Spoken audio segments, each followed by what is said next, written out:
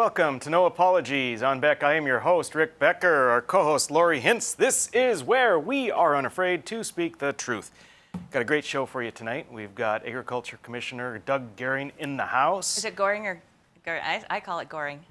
Well, just telling you, we'll find out from him. I have nearly a minor in German, so I'm saying Goehring. All right, you're probably right. That's the German version. That's probably true. All right. Sorry, I did not mean to correct you. All righty, but we are going to start off with a topic I find interesting. Tomorrow night we have Kevin Cramer, Senator Cramer, going to be with us. We're going to be talking a little bit more about the infrastructure deal that Biden has come out with and apparently has some bipartisan support. I wanted to bring it up tonight because there's a lot going on with it. Aside from having Senator Cramer tomorrow night, it's something that we're going to be following. There are a lot of twists and turns. Pull up the first graphic. President Biden sent out a tweet, and the White House sent out this briefing. He says here, we struck a deal. A group of senators, 5 Democrats and 5 Republicans, has come together and forged an infrastructure agreement that will create millions of jobs. That sounds simple enough. It does seem to change. It's gone from 5 senators to 10 to 11 to 5. Now it's back at 5. Well, and we're talking about the Republicans. Naturally, there's an abundance of Democrats that are willing to come on. The other thing that's interesting and is difficult to follow is that what we're talking about here is a bipartisan infrastructure plan. It sort of has its name. And that is different than the American Jobs Plan. This is what Biden had been pushing before. Well, didn't he stick all of his infrastructure stuff, so we thought, into the jobs plan? Yes, exactly. And so it's much more expanded. It's $2.6 trillion. The bipartisan agreement, I believe, is $579 billion, something in that order. But really, Biden's got an additional, more expansive plan than that. And it's on the order of $6 trillion. So there's all this bandying about, and it sounds like they may have something in the works for a deal for $579 billion, but maybe it's starting to come apart. The plan's starting to come apart because Biden is being more clear that this is just one part, and that other, say, $6 trillion or whatever it might be, is going to be on the tail end, which is giving the Republicans some second thoughts. Yes. Let's pull up the next graphic. So this is straight from the briefing room of the White House, and there's a lot of information here. It's a fact sheet, they say, and I want to go through a few things from President Biden's own fact sheet. They talk about the bipartisan infrastructure framework, and he goes into a lot of the detail. That's $1.2 trillion is what he's saying the bipartisan infrastructure framework is. So right there we have an inconsistency. The Republicans have agreed to $579 million. He's talking about $1.2 trillion. He's trying to balance bringing the Republicans on and not turning off the far left people who want more like the $6 trillion. Right. They want to see as much money there as possible. These are, again, in his own words, just like when Lori and I go through the executive orders. This is his Build Back Better vision that he wants. He wants historic investments in clean transportation infrastructure, clean water infrastructure, clean power infrastructure. He wants remediation of legacy pollution. So he's clarifying legacy. So this is from Trump or some others.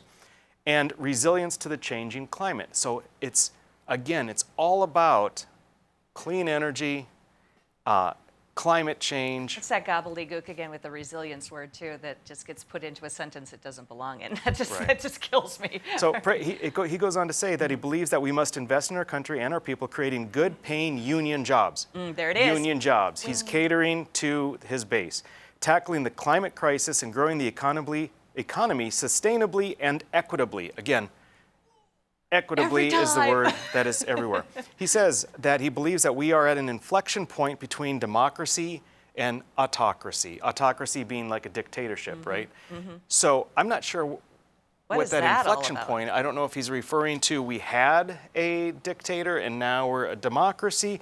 But he's saying that we're going to show that the world that democracy can deliver results. But he's saying democracy requires compromise. the infrastructure framework will make life better for millions of Americans, create a generation of good paying union jobs. Why can't it just be good? Not just good paying union jobs, a generation of you. This is all pandering. And again. there's going to be economic growth, and it's going to position the United States, quote, to win the 21st century. Again, to win. These words mean nothing. It's hey, amazing China. to Hey, me. China, we won. He says that the infrastructure framework will improve healthy, sustainable transportation, cut greenhouse gas emissions. They are going to create the biggest investment in rail since Amtrak. Wow. There's a winner of an idea Yeah. right there. They're going to rebuild roads and bridges. That doesn't sound too bad, but their focus on rebuilding roads and bridges is going to be with climate change mitigation, resilience, equity. You know, you have to have equity in the roads, and safety.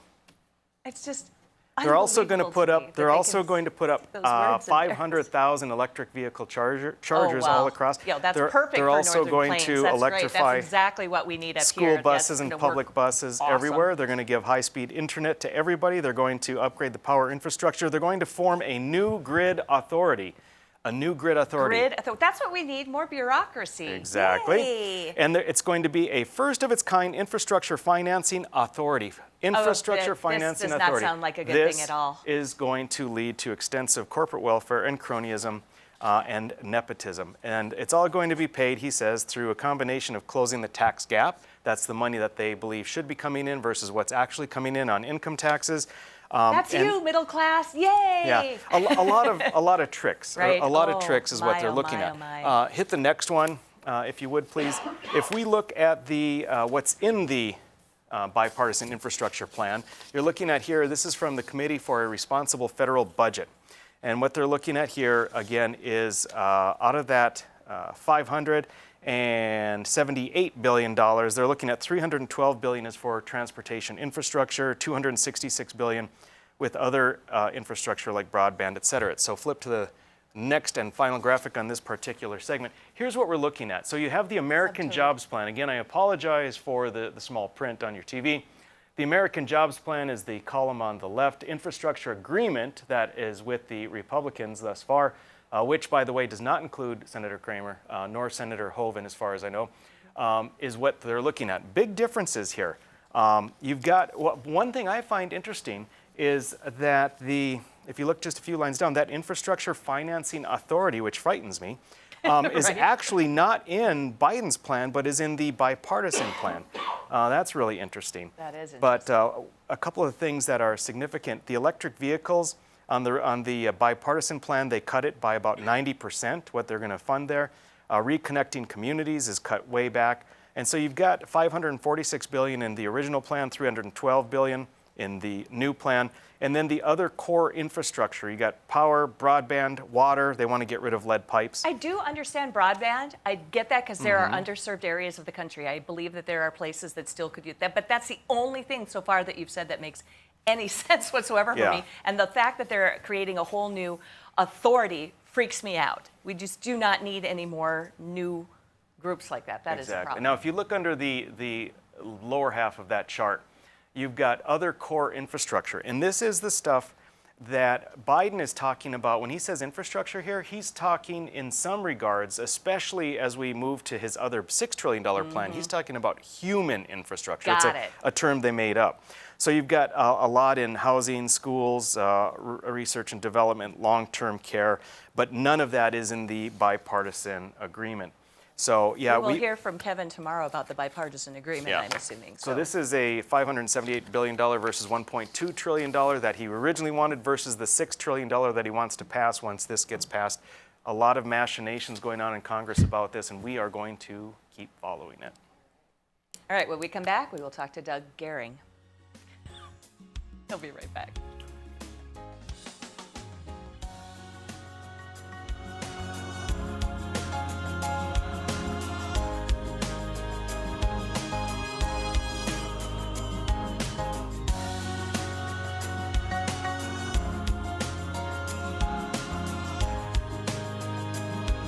When you can't find answers to your recurring health challenges, it can feel like your health, and your future are being held hostage. The Wellness Way is a network of health restoration clinics that think and act differently to solve the health challenges others can't. Here, we disrupt the standard approach to care through a combination of testing, individual plans, and one-on-one guidance, putting your health and your future where they belong, in your own hands. 40 years ago, Aero Service Team started with one truck and lots of hard work. Times may have changed, but the hard work that we put in to get your lives back in order after fire, water, and disaster hasn't. Over the years, we've seen so many families lose their belongings due to water and fire damage. Restoring homes back to the original state has made every hour of hard work well worth it. Thank you for trusting our family with yours. When disaster strikes, you only have to make one call. Aero Service Team does it all. Go for Launch 2018 series winner. Without further ado, it is my honors. Regina. The winning team is the Flumen River Excellence. Oh my God! They won!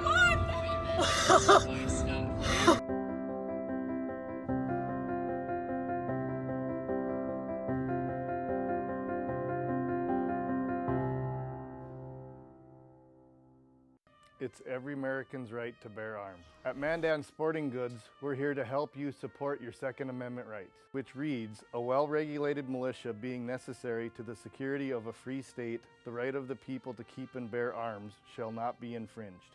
Whether you're looking for a pistol for personal defense or collector gun, we have the staff to help you. We also have the area's largest inventory of ammo and reloading supplies. Mandan Sporting Goods, the area's local gun and ammo specialists. 40 years ago, Aero Service Team started with one truck and lots of hard work. Times may have changed, but the hard work that we put in to get your lives back in order after fire, water, and disaster hasn't. Over the years, we've seen so many families lose their belongings due to water and fire damage. Restoring homes back to the original state has made every hour of hard work well worth it. Thank you for trusting our family with yours. When disaster strikes, you only have to make one call. Aero Service Team does it all. Every great pizza has a secret. At New York To Go, that secret lies in our perfectly recreated New York water, the key ingredient to making our signature New York-style pizza. We also feature gyros, with the region's only gyro meat spit, plus Nathan's hot dogs, calzones, and our delicious jumbo buffalo wings. Try a 14-inch or our special giant 20-inch pizza tonight. You gotta know how to fold them if you want to hold them. New York To Go, we deliver for you.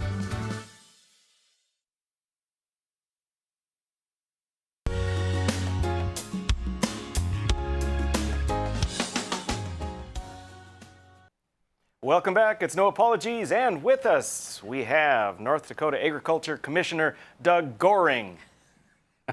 Doug Goehring, welcome. Thanks for being here. Thank you. Is it Goehring or Goehring, honestly, seriously? It is Goehring. I do have relatives that do pronounce it Goehring, but I believe in the last 70, 80 years, we've went by Goehring. You've gone by Goehring. Goehring I kind of follow that.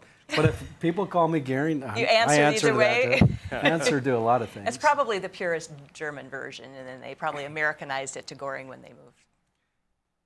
I'm not sure, and I'm not going to guess. I know that we've been here for about 400 years. Wow, so, that's yeah, crazy. we've been around a while. 400. That's Holy amazing. Yep, that's Very cool what stuff. my relatives say. Crazy. Most of the Germans around here came in the right around 1900, 1895 to 1905. Yeah. So we started out, as I understand, over in the, northeastern part of the United States, eventually migrated over into Michigan, and then over into the Wisconsin area. Well, Pennsylvania, I think, was in there someplace. And eventually, I believe, in the, before we became a state, I think we came into the Dakota territory. Wow. Some of my Interesting. relatives did. That's amazing. That's So, good history, two man. sides. That's excellent. Well, let's hit it. Let's talk about the WOTUS. I call it WOTUS, but Waters of the U.S., WOTUS. Big story, very important to us in this region. It is. And we got a lot to be concerned about. We're not exactly sure what the Biden administration is proposing, but there has been some things stated that it's going to mirror a lot of what was in the 2015 proposed rule, which actually North Dakota sued and got a standing injunction, still standing.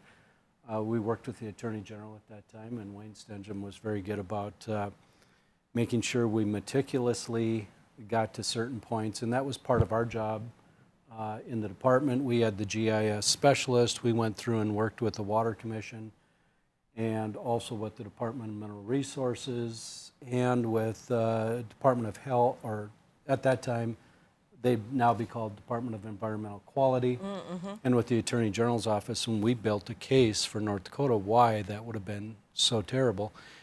And understand that prior to 2015 proposed rule, traditional navigable waters that existed as definition in the United States, North Dakota had about 5,100 linear miles of traditional navigable waters. That is a lot of navigate. Wow. Yeah, but here's the real story. Under the 2015 rule, the proposed rule, that egregious overreach would have captured 85,604 linear miles in North Dakota. And you think about, where's all that? Well, the problem is it comes down to, they looked at ephemeral streams, dry ditches, anything, a ravine itself. Puddles. And it also looked at that, and if you would indulge me just for a moment, I'll show you a couple things. When we went through using our GIS map, and I don't know if you can see this or if you can zoom in, but you can see right there, that's Prairie Pothole region on the eastern part of, on the east side of the Missouri River.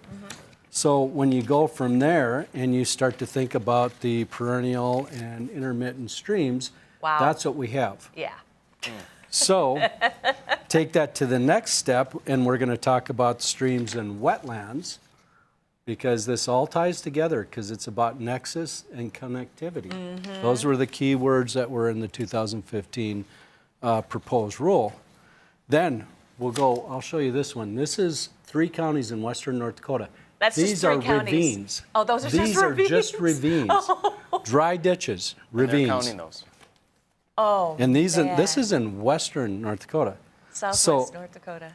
Wow. Ultimately, what happens, because there was a 4,000-foot buffer adjacent to either side of those streams, dry ditches, ravines, or an actual stream and river. This is what we ended up with. Oh my goodness, all except for the white. Those, and what's actually kind of interesting when you look at this, it's up in the Devil's Lake region where you think it would capture more, but it's actually in the rest of the state. About 86% of the state would have been captured under the federal authority, under the 2015 proposed rule. Nearly the entire state under federal control because of so that's what we worked with the Attorney General on, and he successfully challenged. It was. It was a big win. It had, I believe it was 13 states filed with us. The injunction still stands. Nice. And as Wayne says, he's not backing off or backing down on this one. But now we have a new threat right around the corner. Well, we thought we had this put to rest. 2018, new proposed rule. So the Trump administration had actually went out and worked with each of the states, got a lot of input. All of the issues that were brought forward in 2015 proposed rule that were confusing, they created uncertainty, they created anxiety, we wanted to have addressed. We needed some clarification to the WOTUS rule because there had been some things raised in the Supreme Court. A lot of that did get addressed in the 2018. It doesn't mean that there aren't some of those little issues and scenarios that are still going to give you a little bit of a headache, and they might need a ruling, they might need some work through. But overall, when you look at the ag community, livestock producers, farmers, when you look at contractors, when you think about the energy industry, because they have to go out and be on the surface of the land also and out there, it did a lot to create certainty and take away some of the complexity. You should not have to hire a consultant to tell you, what can I do with my own land? that's been different from what we've done before? We have in the city, when my husband and I built our North Store up there, we had to create a water feature. No joke, a water feature. Basically, this whole drainage area too. So I am very familiar with what you're talking about. It was unbelievable. I'm like, are you kidding me? Yeah. And it's people that think they know best, and they think that they can create something sustainable that we don't understand. And the reality is, those that are out here working on the land, managing the land, and contractors that have to work within that land and the topography, they really do have a good understanding. The energy industry has to work with farmers and ranchers and communities to make sure that, and quite frankly, it's part of why we exist as regulators. We have to work with them to make sure that they are adhering to those laws that are in place. But for the most part, you just take a reasonable approach to all this. This isn't rocket science, and it doesn't need to be. I've heard people that have come to this state and made claims about how they need to protect us from ourselves or protect the environment.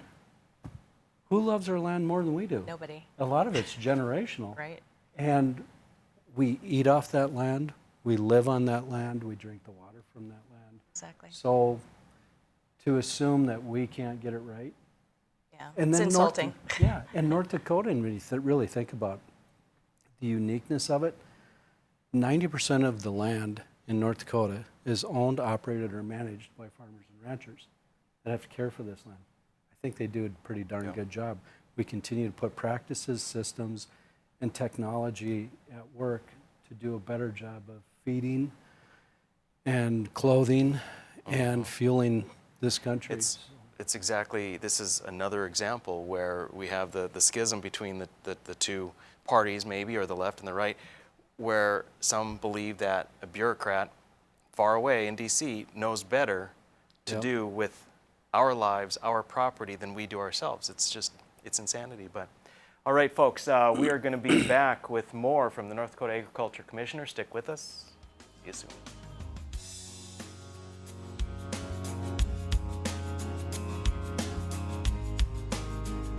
When you can't find answers to your recurring health challenges, it can feel like your health and your future are being held hostage. The Wellness Way is a network of health restoration clinics that think and act differently to solve the health challenges others can't. Here, we disrupt the standard approach to care through a combination of testing, individual plans, and one-on-one guidance, putting your health and your future where they belong, in your own hands. 40 years ago, Aero Service Team started with one truck and lots of hard work. Times may have changed, but the hard work that we put in to get your lives back in order after fire, water, and disaster hasn't. Over the years, we've seen so many families lose their belongings due to water and fire damage. Restoring homes back to the original state has made every hour of hard work well worth it. Thank you for trusting our family with yours. When disaster strikes, you only have to make one call. Aero Service Team does it all. Prairie Patriot Firearms and Training is the region's most complete gun and training center. 5-lane indoor range, a gun shop, and a certified training facility. Firearms training courses are offered daily for new, intermediate, and advanced shooters. If you're not comfortable in a classroom setting, Prairie Patriot offers one-on-one private lessons, from basic self-defense training to concealed weapons testing, along with a full line of guns, ammunition, holsters, and concealment clothing. Prairie Patriot, 3930 Memorial Highway, prairiepatriot.com.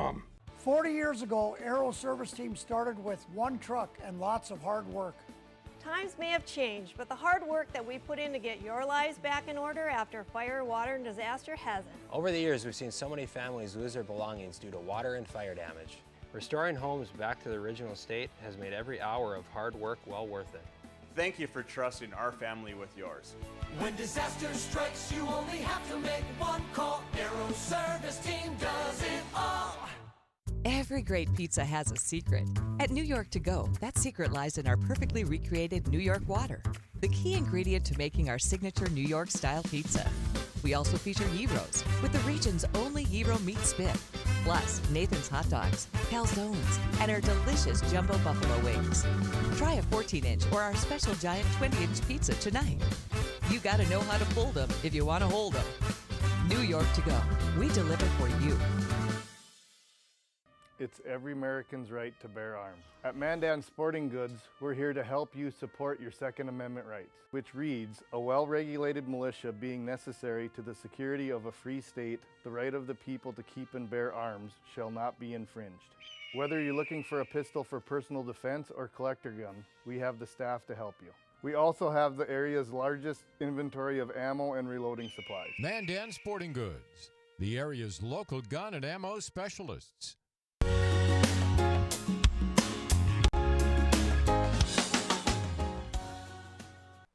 We're back. It's No Apologies, your after-hours oasis of sanity. And we are with North Dakota Agriculture Commissioner Doug Goehring. And so having a good discussion on, well, WOTUS primarily. There's so much more we want to talk about.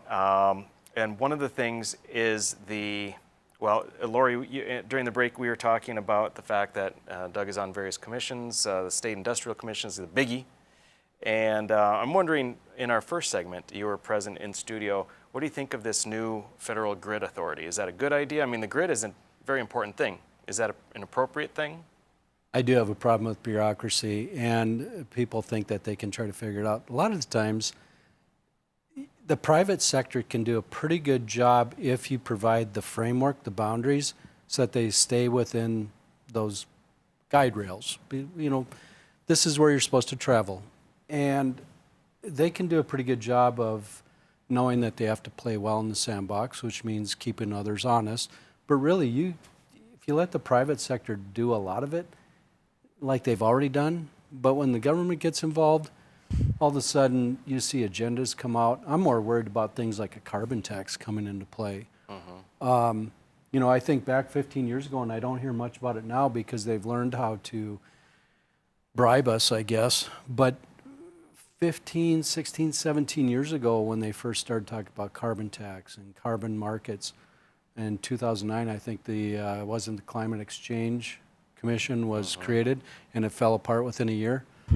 But one of the things that I remember and why farmers and ranchers pushed back at that time was, keep in mind, agriculture is so very energy intensive. And one of the things that they were kind of promising us is, wow, you're going to get so much money per acre or so much ton that you sequester. And when you figured out an average size farm in central North Dakota, you were probably going to be about $6,300, $6,800 is what you get annually for the carbon that you sequestered. The problem was, keep in mind, an energy intensive industry where it's not just the fertilizer and the fuel that you need, but it's the parts, it's the repairs, it's the services, it's transportation, it's drying equipment. It's all of those things that improve our lives, that create a higher and better quality of life, not just for us on farms and ranches where we're producing food, feed, and fiber, but it was going to translate into $16,000 and upwards into $28,000 in higher expenses. It was going to be a net loss. And a lot of them started looking at it and saying, whoa, wait a minute. Before you start giving us something, we know it has to come from somewhere within the system. At that time, they were talking about a carbon tax on the rest of society. That bothered a lot of us immensely. Oh, yes. The problem now is I don't hear much of that being talked about, because now they're talking about, well, we're going to pay you more.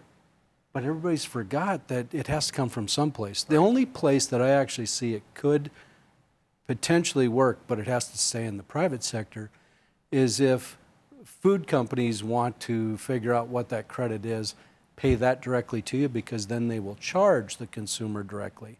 But that keeps the government out of it.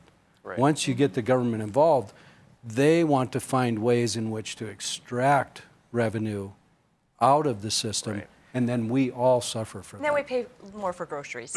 Right. Not just significantly that, but the transportation, processing, manufacturing, the cars you buy, the equipment you purchase. And I think about it, when an average size farm in central North Dakota will generate about $1 million. And people think, oh, you're rich. No, 92% of that is expenses. Exactly. It's services you pay for on Main Street. So you can't extract any more out of that farm because they just don't have much more to give. Yep. The problem, though, is with or without federal government being involved with these programs, is that you first have to buy into the idea that we have global climate change, that it's man-made, and that these types of things can actually cause it to improve, especially in light of the fact that you've got China, who's, for every step we make in that direction, they're taking 5 steps in the other direction. So right off the bat, I'm sort of like, yes, it would be better in the private sector, but it would never happen in the private sector because it's so fallacious. And I feel the same way when we're talking about carbon sequestration. I mean, these are potentially good things, but you first have to buy into the idea that it's important to sequester the carbon in the first place. And somehow we just like cross that chasm, like from it doesn't make sense to like, oh yeah, we got to do this. And I don't know how that happened, but that's probably for a lot of. It might be a different show, but I will, and I find it hard not to put this in. As a farmer, as a biologist, as someone who worked in the lab, I got to tell you that CO2 and carbon is actually a good thing. It's essential for life. I don't know when it became a bad thing. We talk about sequestering it, yet we pump 4 times the amount into a greenhouse so that we can encourage more vegetative growth on plants so that we can produce healthier and better food. Yep. Because it's part of the photosynthesis cycle. You're getting, 100%. You're singing my song, man. To me, this whole carbon thing is like when it was like, I don't know, 5-10 years ago, the Corps of Engineers was going to work with North Dakota to create sandbars on the Missouri River for the piping plover. For the piping plover. Which generally 99% of the time, there are sandbars everywhere, but this year we have to actually create them. It's just madness. I've got another. What do you think? Can you stay over for a third segment? Sure. Let's. We're gonna because I want to talk about drought. Yeah. That's obviously on everyone's mind. I'm sorry, we got distracted. No problem. But This is very. Before, so we'll cover drought in our next segment, but I want to hit one more thing, and that's livestock reform. Yeah. So this is just a little small blip on people's radar, but you've been involved with what's happening. We have cattle prices dropping, but meat prices increasing. There are 4 primary meat processors, would you call them? 4 packers. Packers. They control 83%. They control it all. My understanding is they are starting to fall in line, or at least agree in lockstep to some weird sustainable things like fake meat, and moving in that direction. If there's only 4, they have a monopoly essentially on the market. So I'm interested. I really want to hear where you're at on this and what reform means. Yeah, well, that's probably a bigger issue than we have a lot of time to go into. But I'll put it in. So the Packers and Stockyards Act really does need to be addressed and dealt with. There are some problems with it, and over the last 2-3 decades, I'd say probably about 25 years ago, it started to rear its ugly head that we have some major problems when 83% of the food and meat industry and within livestock is controlled by 4 individuals or 4 entities.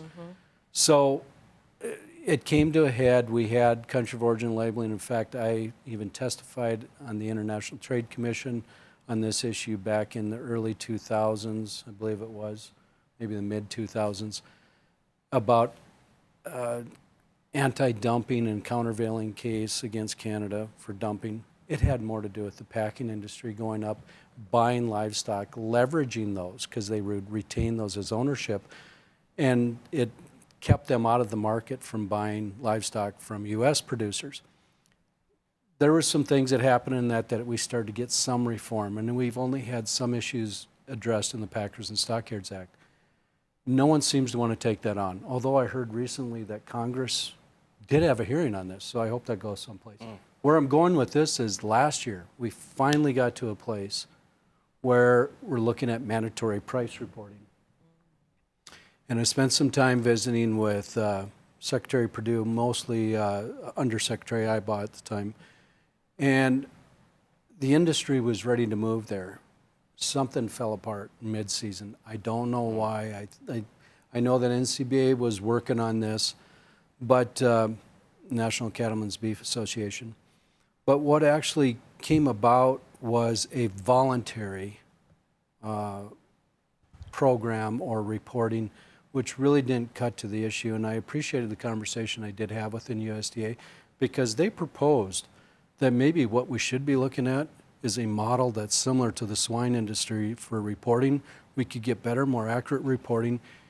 It would be better accepted because it was understood already within USDA, and for them to actually provide more oversight and enforcement, it would have helped tremendously. We never had the reform. So really, in a nutshell, we need two things. We do need a better system of reporting so that there's transparency. And the other would be to address packers and stockyards and get it more up to speed to mirror a little bit more of what 21st century agriculture and the meat industry looks like. Bottom line, I think you just buy from your local rancher. That's doing it. That really helps. And no fake meat for this girl. Local shops or local meat. I mean, we have 100 facilities in North Dakota that we oversee. We've been able to work with USDA to make some changes within our industry here in North Dakota.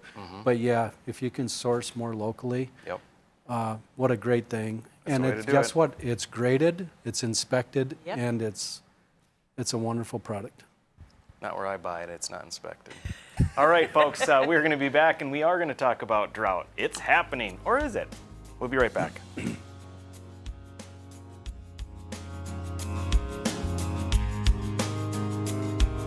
Join No Apologies and Ladies of Another View this Thursday, July 1st, as Ivory Hecker speaks about her experiences with the media and Project Veritas. Ivory Hecker on Ladies of Another View and No Apologies with Becker this Thursday on Beck News.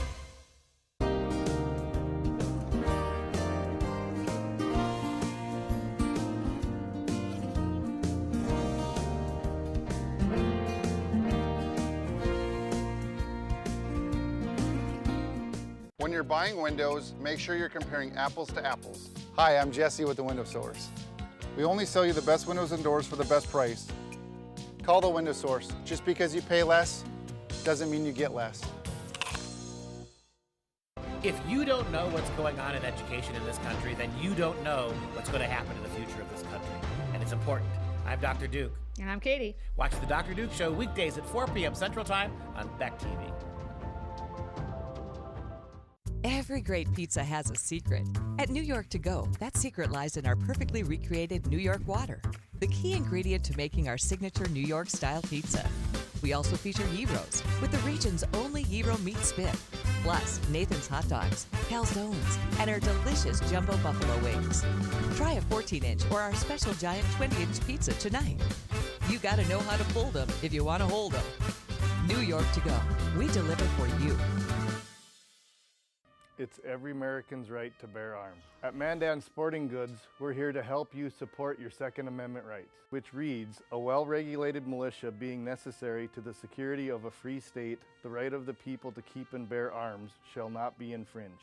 Whether you're looking for a pistol for personal defense or collector gun, we have the staff to help you. We also have the area's largest inventory of ammo and reloading supplies. Mandan Sporting Goods, the area's local gun and ammo specialists. Hello, I'm Mike Lindell, inventor of MyPillow. Thanks to your support, you've helped make MyPillow become one of the fastest growing companies in America. Over the last 12 years, you've helped MyPillow create thousands of jobs right here in the USA. When I got MyPillow, I'm asleep almost immediately. I stay asleep at night and I wake up more well-rested in the morning. That's why I invented MyPillow. My patented fill adjusts to your exact individual needs and helps keep your neck supported and aligned.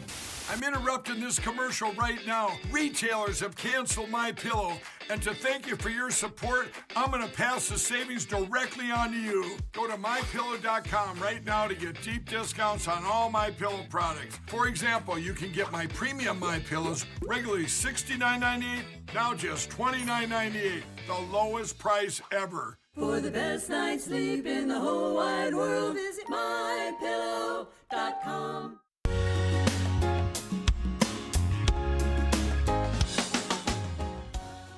And we're back. It's No Apologies on Beck. We are here with Doug Goehring. Doug Goehring. I'm so focused on trying to me it's Goehring. But North Dakota Agriculture Commissioner Doug Goehring. And that was like a kind of in between. That was awesome.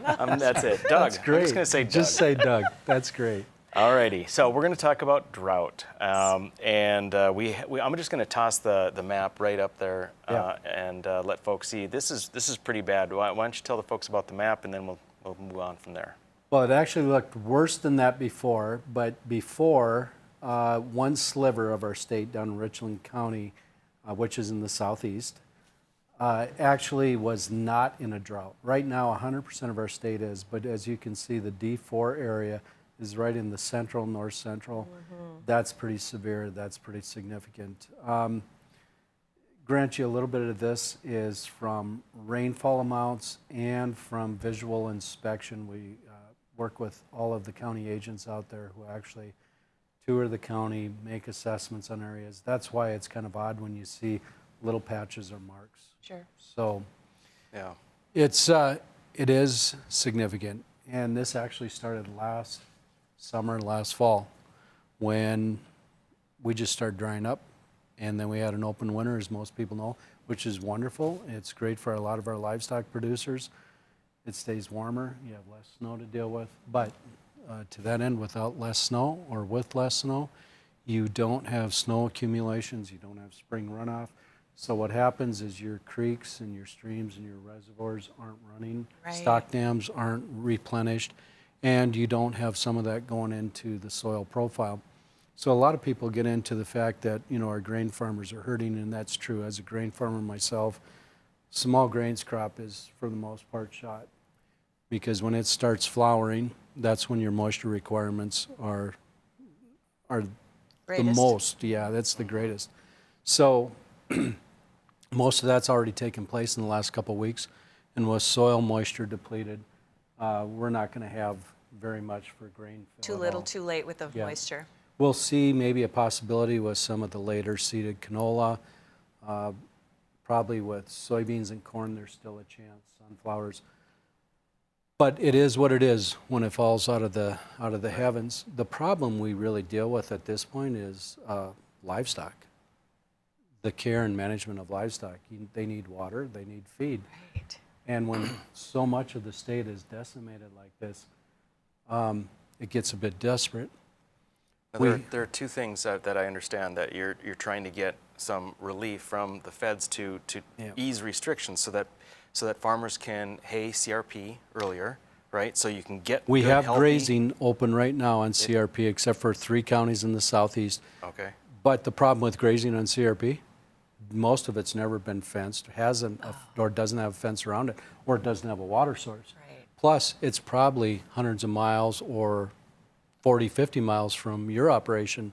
Well, you can't go and park and live there with them all that during that period of time. You have other work to do. Sure. So then it becomes an issue. So then it's looking at either moving the cattle out of state, moving them to feed, which is a big challenge because prices have almost tripled to feed cattle on a daily basis. So we used to be able to do it for $1.30 to $1.60 a day. Now I'm hearing $2.70 to $3.70 a day to feed livestock. Gas prices are up, so traveling and trucking, all of it is like through the roof right now too, making complicating labor issues. I mean, let's have let's enhance unemployment insurance a little bit more and keep people at home. Right. And that's been one of the biggest complaints. I've been to 2 regional meetings within the United States in the South and the Midwest. We just finished them, and that's one of the biggest complaints is no one wants to work. They're all sitting at home. But to that end, the problem that we're seeing is really trying to keep these livestock producers in business. And we understand they may have to disperse herds, but too often we're seeing guys totally disperse herds. So we are working with, and we have asked to get an early release for haying of CRP. That's only going to be a little bit of the fix. I've been working with some of my colleagues in surrounding states, and I'm working at the regional level. I was just going to ask, what's the region, because it's not just us. Yeah, and they're feeling a little bit of a pinch too. Like we said, it's not that they're droughted out, it's just that they feel like they have minimal resources, but you have to work with it. You have to try and make the best out of it, see what we can do. We made that plea, also working with USDA on Risk Management Agency to see if we can get some leniency with the companies. Keep in mind, USDA Risk Management Agency work in cooperation with or in partnership with private insurance companies for crop insurance. Right. They share in the liability on the claim.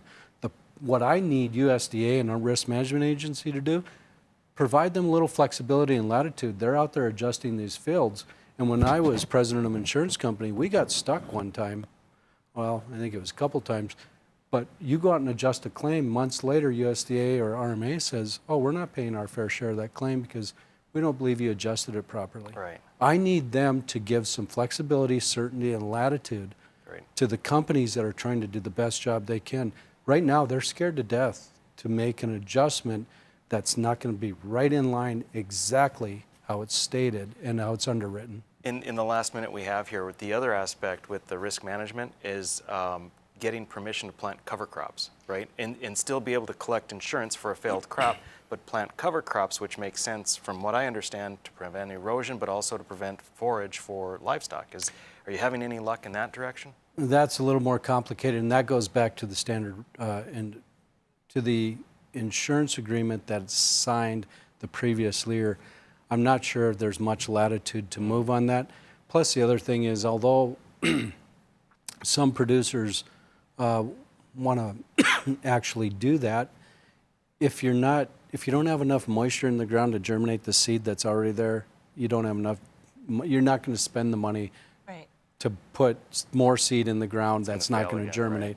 But we're trying to get that latitude and flexibility, if nothing else, for things like millet or Sudan sorghum so you can grow a feed down the road. It's not that you can't do it. There are some issues where people still want to maybe have coverage, and there's some problems in how you go forward with that. Okay. Thank you. Thank Fantastic. you very much for coming in and thanks, Doug. I appreciate it. All sorts of information. I'm sure we're going to have you back on if you're willing, because there's so much more to talk about, especially livestock reform. Folks, we are going to be right back, and we've got a great topic coming up of the London Freedom March. Stick with us.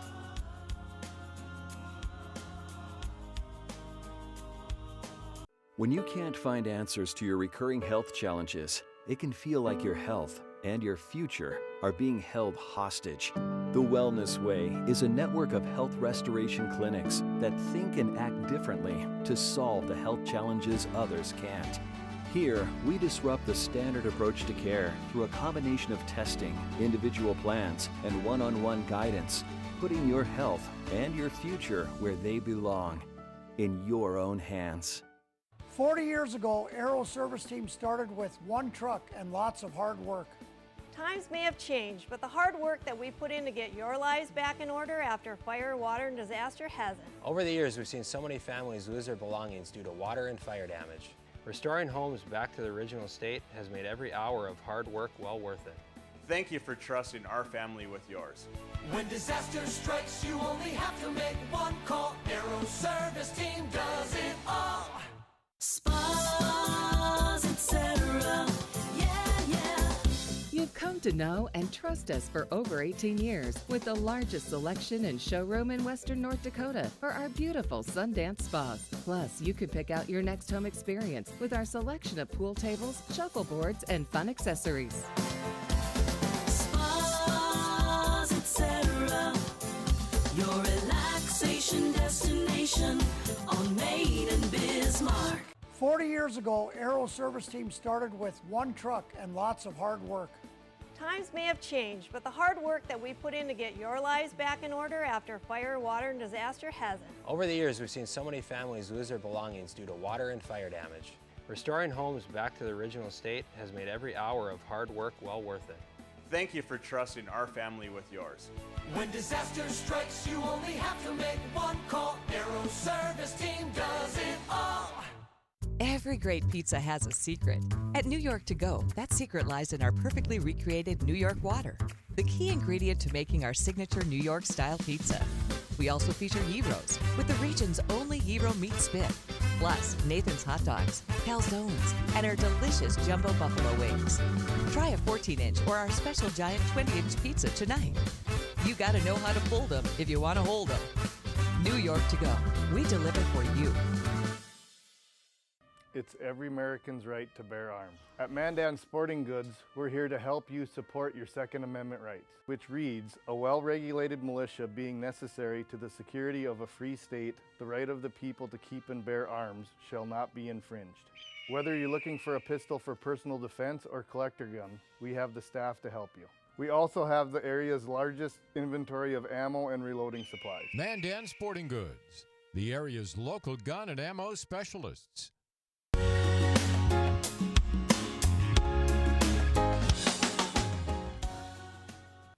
All right, folks, you made it. It is the final segment for No Apologies. And Lori, you've got a topic for us. I did. All right, so over the weekend, I was cruising on Twitter, and not a lot of people in Bismarck Mandan besides me, I think, are on Twitter. I think I'm probably one of a it feels like I'm only one of a handful, but if you want to follow me on Twitter, you can follow me on Twitter. Anyway, so on Twitter, I saw a story about the London protests, and I thought, that's weird. Haven't heard anything about it anywhere else.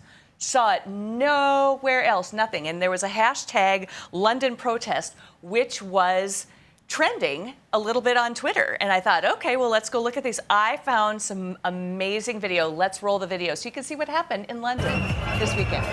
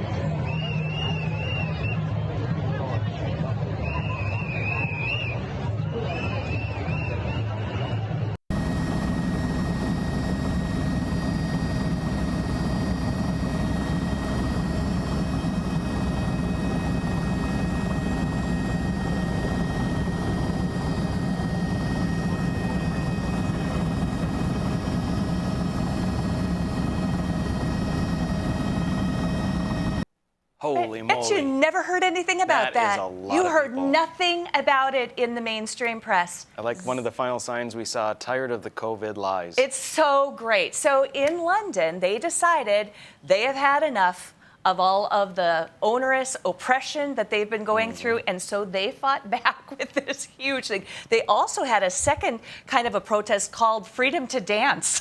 That was just yesterday on Sunday. They followed it up with another one on Sunday. I've got some signs from the crowd just to show you what they're doing in London. Fight for your freedom like you fought for toilet paper. Yes. Love, love, love it. Here's another one here.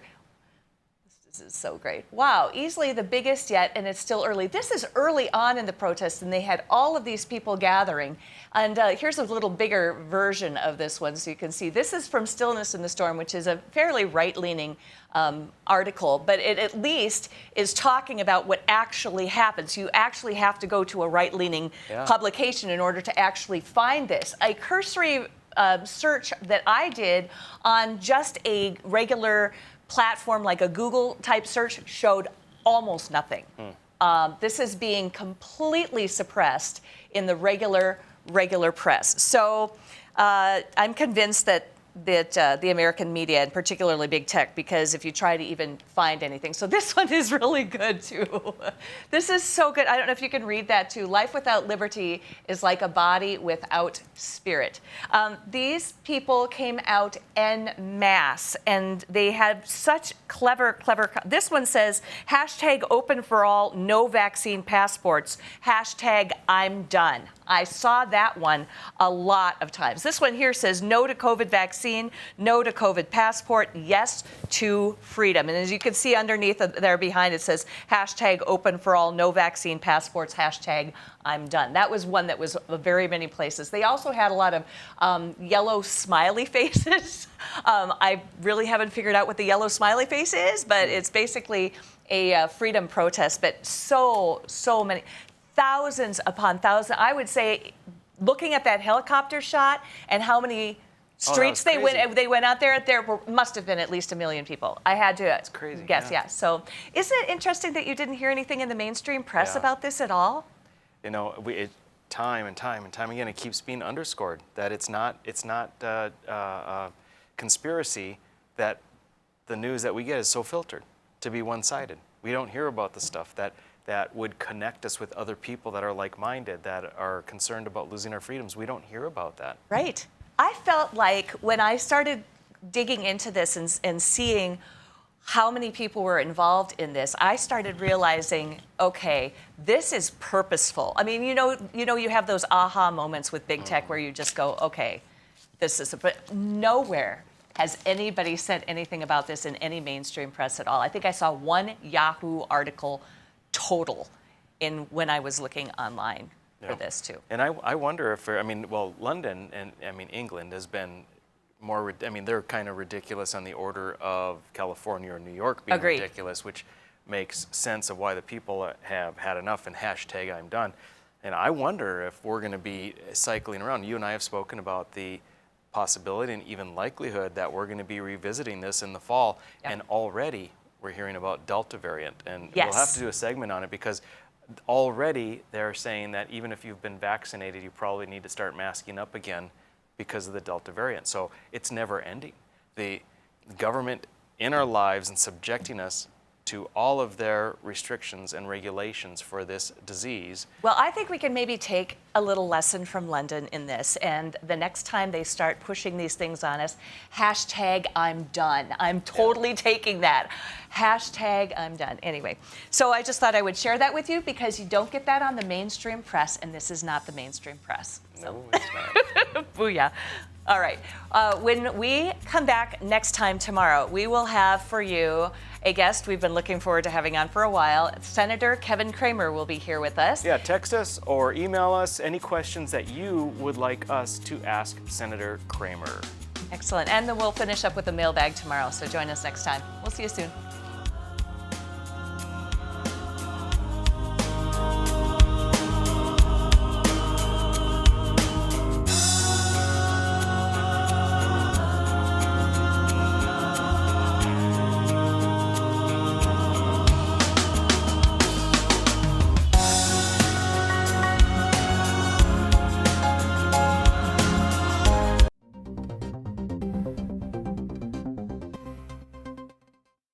I'm Mike Lindell, inventor of MyPillow. Thanks to your support, you've helped make MyPillow become one of the fastest growing companies in America.